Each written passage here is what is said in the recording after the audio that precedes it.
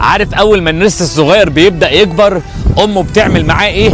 اول حاجه بتغير العشه اللي قاعدين فيها وتدور على عشه ما فيهاش ريش ناعم، عشه مليانه شوك. عارفين ليه؟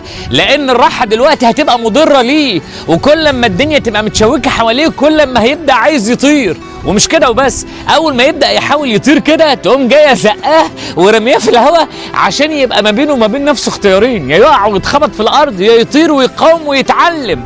واول ما بتحس يعني ان هو خلاص هيقع في الارض ممكن تمسكه وتحدفه تاني، بتعلمه انه يبقى جامد. الحب الحقيقي مش ان احنا نريح الناس اللي حوالينا، الحب الحقيقي مش ان احنا ندلل الناس اللي عايشه معانا. تربيتك لاولادك امانه في رقبتك، ريحهم هات لهم كل اللي هم عايزينه بس لازم دفعه في الحياه، لازم تعلمه يبقى قادر يتحمل مسؤوليه بجد، قادر انه يحل مشاكله بجد، قادر انه يبقى بني ادم مميز بجد، قادر انه يحاول ما يفشل. ايه المانع يفشل مره واثنين وثلاثه؟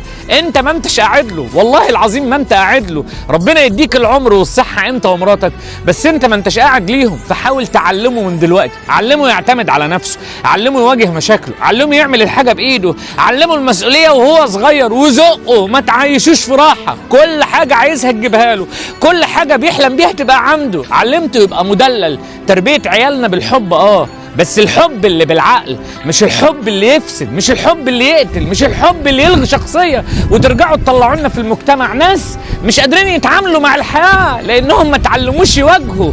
كبر ابنك، كبري بنتك، اقعدوا معاهم، علموهم ازاي يبقوا قادرين ان هم يقودوا حياتهم بجد، علموهم يواجهوا مشاكلهم في عز الوقت اللي فيه ناس كتير ما بتواجهش مشاكلهم، علموهم يقربوا من ربنا لان ده السلاح اللي هيبقى معاهم يواجهوا بيه المشاكل اللي في حياتهم. علموهم بجد يبقوا ناس حقيقيين، يواجهوا ينكسروا ويقعوا ويقوموا ويجوا، لان الراحه بتقتل. البني ادم اللي بيستريح زياده عن اللزوم هيعيش طول عمره بلا معنى وبلا ادوات وبلا قوه، لانه دايما بيدور على الكومفورتابل زون، الراحه، فمش هيعمل اي حاجه وهيفضل نغه ابن امه وابن ابوه طول العمر. وصدقني اول ما يتجوز شريك حياته هيتريق عليه شويه وبعدين هيقول له مع السلامه انا مش عايز اعيش معاك، لانك بني ادم غير قادر حتى انك تحافظ على نفسك. علموا ولادكم بجد ان الحب بجد الحقيقي انك تعلمه يبقى راجل، والبنت ب100 راجل عشان تطلقوا للحياه وتلاقيه بيطير مش بيقع في الارض والناس تدوس عليه. خلي بالكم من عيالكم،